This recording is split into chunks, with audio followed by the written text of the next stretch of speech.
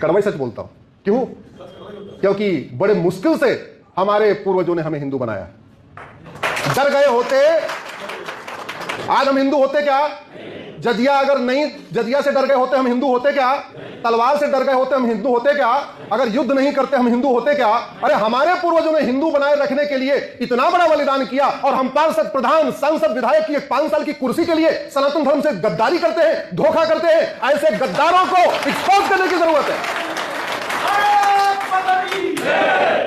इसलिए मैं कहता हूं, एक देश एक विधान मांग रहा है, एक देश एक विधान मांग रहा है, एक देश एक विधान मांग रहा है। न माइनॉरिटी न मेजॉरिटी, सबका साथ सबका विकास। कोई अल्पसंख्यक बहुसंख्यक नहीं। अल्पसंख्यक आयोग, अल्पसंख्यक मंत्रालय, अल्पसंख्यक बोर्ड, अल्पसंख्यक ट्रिब्यूनल, मजहब के नाम पे जितनी दुकानें चल रही हैं, ये सारे बंद होनी चाहिए। क्यों? क्योंकि घटेंगे तो घटेंगे तो इसमें कोई दुविधा किसी को हो तो मुझसे अलग से बात कर लेगा। घटेंगे तो पक्का घटेंगे। अगर 5 गाय हो और 5 भेड़िए हो और 5 गाय एक रहें तो सेफ रहेंगी क्या? जोर से बोलिए। भेड़िए खा जाएंगे। 5 हिरन है और 5 भेड़िए हैं, 5 हिरन एक होके रहें, बंटे नहीं, फिर भी कटेंगे कि नहीं कटेंगे? कटेंगे। अरे ये प्रकृति का स्वभाव है कि भेड़िया और हिरन एक साथ नहीं रह सकते, अंत में भेड़िया हिरन को खाएगा। यह प्रकृति का स्वभाव है। गाय और भेड़िया एक साथ नहीं रह सकते, अंत में भेड़िया गाय को। यह प्रकृति का स्वभाव है कि आम और बबूल एक साथ नहीं रह सकते, अंत में कौन सूखता है? आम। इतनी छोटी सी बात, इतना नेचर का साइंस, इतना विधि का विधान, इतना प्रकृति का विधान। आशा करता हूं कि गुरुदेव आगे से अपनी कथाओं में इन विषयों को भी थोड़ा रखेंगे, और हमें यह बताना पड़ेगा इस देश, हमारे जो देवी देवताओं का अवतार हुआ किस लिए था। राम का अवतार सीता जी को खोजने के लिए नहीं हुआ था, राम का अवतार अधर्म का नाश करने के लिए हुआ था। कृष्ण का अवतार राधा जी को ढूंढने के लिए नहीं हुआ था, कृष्ण का अवतार अधर्म का नाश करने के लिए। परशुराम जी का अवतार अधर्म का, क्योंकि अधर्म का नाश किए बिना धर्म की जय। जोर से बोलिए, धर्म की, अधर्म का, प्राणियों में विश्व का। याद रखिए, इसमें सबसे इंपॉर्टेंट है अधर्म का नाश। अधर्म का नाश किए बिना धर्म की जय नहीं होती, अधर्म का नाश किए बिना प्राणियों में सद्भावना नहीं होती, अधर्म का नाश किए बिना विश्व का कल्याण नहीं होता, और अधर्म का नाश करना ही शासन का काम है। समाज का कार्य है धर्म की जय करना, और शासन का कार्य है अधर्म का नाश। ये बात भी कल अपने सांसद विधायक जी को बताइए। आए हुए हैं क्या इधर? बैठे हुए? बताइए। बुरा मत मानिएगा विधायक जी। हमारे विधायक जी ऐसा ही है, हिसाब करें। धर्म की जय, धर्म की जय, धर्म का नाम, गौ माता की जय। देश में ऐसा दूसरा विधायक नहीं। यमन अशांत है, कांगो अशांत है, ईरान अशांत है, इराक अशांत है, सूडान अशांत है, इजिप्ट अशांत है, सीरिया अशांत है, बांग्लादेश अशांत है, फिलीपींस अशांत है, सोमालिया अशांत है, पाकिस्तान अशांत है, नाइजीरिया अशांत है, तजाकिस्तान अशांत है, अफगानिस्तान अशांत है।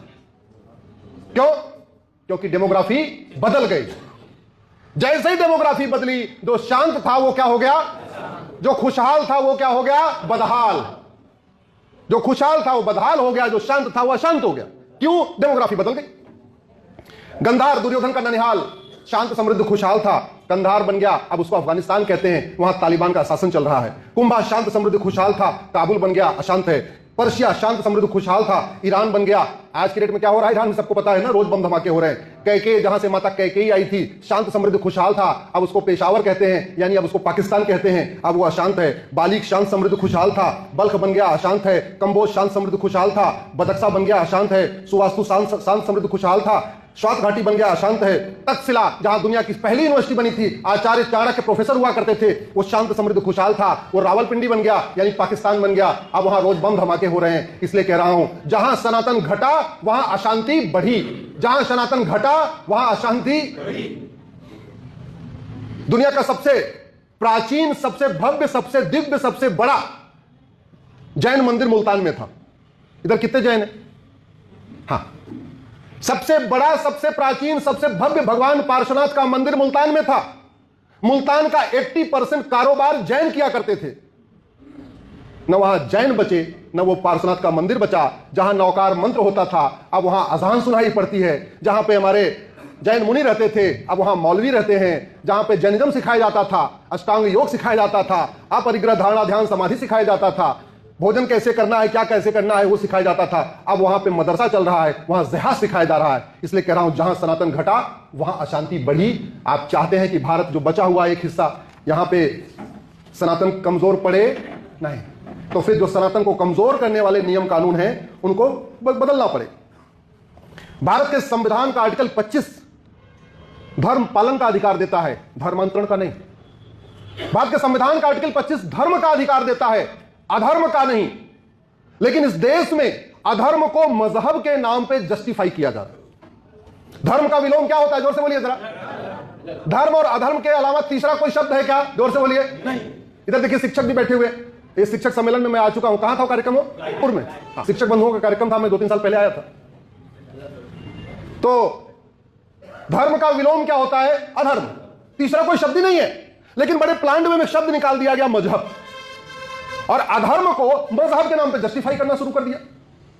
हमारे पूर्वजों से, कुछ पूर्वजों से क्या गलती हुई? उनको लगा सारे पंथ एक समान होते हैं। उनको लगा जैनिज्म, बुद्धिज्म, सिखिज्म एक समान है। विधायक जी नीचे क्यों चले गए? अच्छा, सामने से देखेंगे। प्रणाम करता हूं, प्रणाम करता हूं। वास्तव में ऐसे विधायक से, मैं ऐसे जनप्रतिनिधि से पहली बार मिल रहा हूं। मैं ऐसे विधायक से पहली बार मिल रहा हूं जो मंच से उतर के सामने चले गए हों। तो आर्टिकल 25 क्या कहता है? अच्छा, विधायक जी बैठे हैं, कुछ विषय विधानसभा में उठाने के लिए रहेगा। आर्टिकल 25 धर्म पालन का अधिकार देता है, अधर्म का नहीं। और धर्मांतरण अधर्म है, इसका मतलब आर्टिकल 25 धर्म पालन का अधिकार देता है, धर्मांतरण का नहीं। लेकिन हमारे देश में कुछ लोग आर्टिकल 25 के नाम पे धर्मांतरण करा रहे। आर्टिकल 29 रीतियों का अधिकार देता है, कुरीतियों का नहीं। आर्टिकल 25 प्रथा का अधिकार देता है, कुप्रथा का नहीं। आर्टिकल 27 कहता है मजहब को प्रमोट करने के लिए 1 रुपए खर्च नहीं करना। यानी आप लोग जो टैक्स देते हैं, income tax, toll tax, road tax, GST, VAT, TDS, इसमें से 1 रुपए मजहब को प्रमोट करने पे खर्च नहीं होगा। ध्यान रखिए, धर्म को प्रमोट करने पे कोई रोक नहीं है, मजहब को प्रमोट करने पे रोक है। अब आप सोच रहे होंगे धर्म और मजहब तो एक होता है। बिल्कुल गलत। धर्म और मजहब में जमीन आसमान का अंतर है। धर्म और मजहब में आकाश और पाताल का अंतर है। एक मैंने PIL फाइल किया है जिसमें धर्म और मजहब के मैंने 25 अंतर बताए हैं, अभी कोर्ट में चल रहा है। एक मोटा मोटा अंतर बता देता हूं, धर्म जोड़ता है और मजहब तोड़ता है। धर्म जोड़ता है और मजहब। अब आप सोचिए, धर्म जोड़ता है और मजहब तोड़ता है। और संविधान की शपथ लेने वाले सांसद, विधायक, मंत्री और जज कह रहे हैं, खासतौर पे सुप्रीम कोर्ट के जज कह रहे हैं कि धर्म मजहब एक समान होता है। आप मुझे बताओ, जो जैनिज्म सिखाता है, जो बुद्धिज्म सिखाता है, जो सिखिज्म सिखाता है, क्या यही विदेशी पंथ में सिखाया जाता है क्या? जोर से बोलिए। हमें एक जैन का मंदिर बताइए जहां जैन के मंदिर में सभी जैनियों को बुला के यह कहा जा रहा हो केवल अपने 24 तीर्थंकरों की पूजा करना, और जो 24 तीर्थंकरों को ना माने उसका गला काट देना। है कोई जैन मंदिर? है कोई सिखों का गुरुद्वारा जहां सिखों को बुलाया कि यह कहा जा रहा हो जो सिखिज्म को माने, जो 10 गुरुओं को माने वो पाक, और जो 10 गुरुओं को ना माने वो नापाक, और जो लोग सिख पंथ को नहीं मानते इनका गला काट दो? कहीं सिखाया गया क्या? भगवान के इतने राम मंदिर है, इतने कृष्ण मंदिर है, इतने हनुमान मंदिर है, इतने दुर्गा मंदिर है, किसी एक मंदिर में बताइए गुरुदेव जहां एक राम मंदिर में यह कहे कि जो राम को ना माने उसका गला काट दो, जो राम को माने पाक, जो राम को ना माने नापाक। कहीं कृष्ण मंदिर में किसी वैष्णव संप्रदाय में सिखाया गया कि जो भगवान विष्णु को माने वो पाक, जो ना माने नापाक? कहीं यह सिखाया जा रहा है जो शंकर जी को माने पाक, वो ना माने नापाक? नहीं। इसका मतलब यह हुआ कि मंदिर और मस्जिद एक समान नहीं होते। जोर से बोलिए, मंदिर मस्जिद एक समान नहीं होते। लेकिन संविधान की शपथ लेने वाले सांसद, विधायक, मंत्री और जज कह रहे हैं नहीं, एक होते हैं। हिरन भी जानवर है और भेड़िया भी जानवर है। हिरन भेड़िया को खाता है क्या? जोर से बोलिए। और भेड़िया हिरन को खाता है कि नहीं? लेकिन संविधान की शपथ लेने वाले कह रहे हैं हिरन इज एनिमल, भेड़िया is animal, both are animal, so equality before law, equal protection of law. जितना खाद पानी हिरन को दो उतने खाद पानी भेड़िया को दो। नतीजा यह होगा हिरन तो जैसा है वैसे ही रहेगा, भेड़िया खा पी के मोटा हो जाएगा, और जो हिरन को 4 साल के बाद खाता वो 3 साल पहले खा जाएगा। यह गलती हो रही है। राजा रणजीत सिंह जी से एक ही गलती हुई, इसलिए पंजाब के 2 टुकड़े हो गए। उनको लगता था वेद, पुराण, बाइबल, कुरान एक समान होता है। राजा शशांक से एक ही गलती हुई जिसके कारण बंगाल के 2 टुकड़े हो गए। उनको लगता था मंदिर और मस्जिद एक समान होता है। राजा हरि सिंह से एक ही गलती हुई, इसलिए कश्मीर से हिंदू साफ हो गए। क्या? उनको लगता था मजहब नहीं सिखाता आपस में बैर रखना। कुछ कड़वी ऐसी चीजें हैं, कुछ कड़वा सच ऐसा है जो धीरे धीरे धीरे धीरे हमसे दूर कर दिया गया। और नतीजा क्या हुआ? आज की डेट में जिसको जेनजी कहते हैं, जेनजी, जन जी को लगता है वेद पुराण बाइबल कुरान एक समान है, मजहब नहीं सिखाता आपस में बैर रखना, उनको लगता है कि बाइबल क्या बोलते हैं मंदिर और मस्जिद एक समान है। ऐसा नहीं है। एक बहुत बड़ा जो देश के साथ चल रहा है, जिसको माननीय विधायक जी अपने विधानसभा में उठा सकते हैं विषय को, आर्टिकल 27 कहता है कि मजहब को प्रमोट करने के लिए 1 रुपए खर्च नहीं होगा। ध्यान रखना, धर्म को प्रमोट करने पर रोक नहीं लगाई। किसको रोक लगाई? मजहब। आर्टिकल 28 कहता है किसी भी सरकार के द्वारा मान्यता प्राप्त या सरकारी स्कूल में कोई मजहबी तालीम नहीं होगी। धार्मिक ग्रंथ पढ़ाने पर रोक नहीं है। किस पे रोक है? मजहबी, रिलीजियस टीचिंग, मजहबी तालीम पे। आर्टिकल 30 कहता है इस देश में जो भाषाई रूप से बहुत कम है या रिलीजियसली बहुत कम है, उनको अपना एजुकेशन इंस्टीट्यूशन खोलने का अधिकार है। रिलीजियस एजुकेशन इंस्टीट्यूशन नहीं है, संविधान मेरे हाथ में है और इसलिए मैं चाहता हूं कि पूरे देश में इसके ऊपर एक बहस छिड़े। आर्टिकल 30 को गूगल करके पढ़िए, उसमें यह कहा गया कि सबको एजुकेशन इंस्टीट्यूशन खोलने का अधिकार है।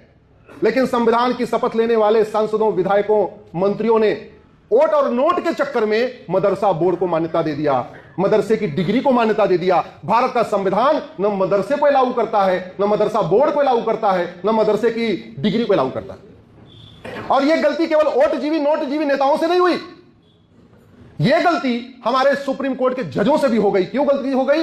क्योंकि सुप्रीम कोर्ट के पहले प्रिवी काउंसिल होती थी। प्रिवी काउंसिल के सारे जज अंग्रेज होते थे।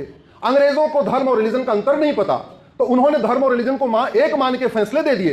फिर हमारी सुप्रीम कोर्ट बनी आजादी के बाद, जजमेंट वो पुराना प्रिवी काउंसिल वाले को कंटिन्यू कर दिया। और दूसरा, हमारे जो सुप्रीम कोर्ट में जज बने, इनको भी धर्म और रिलीजन का अंतर नहीं पता।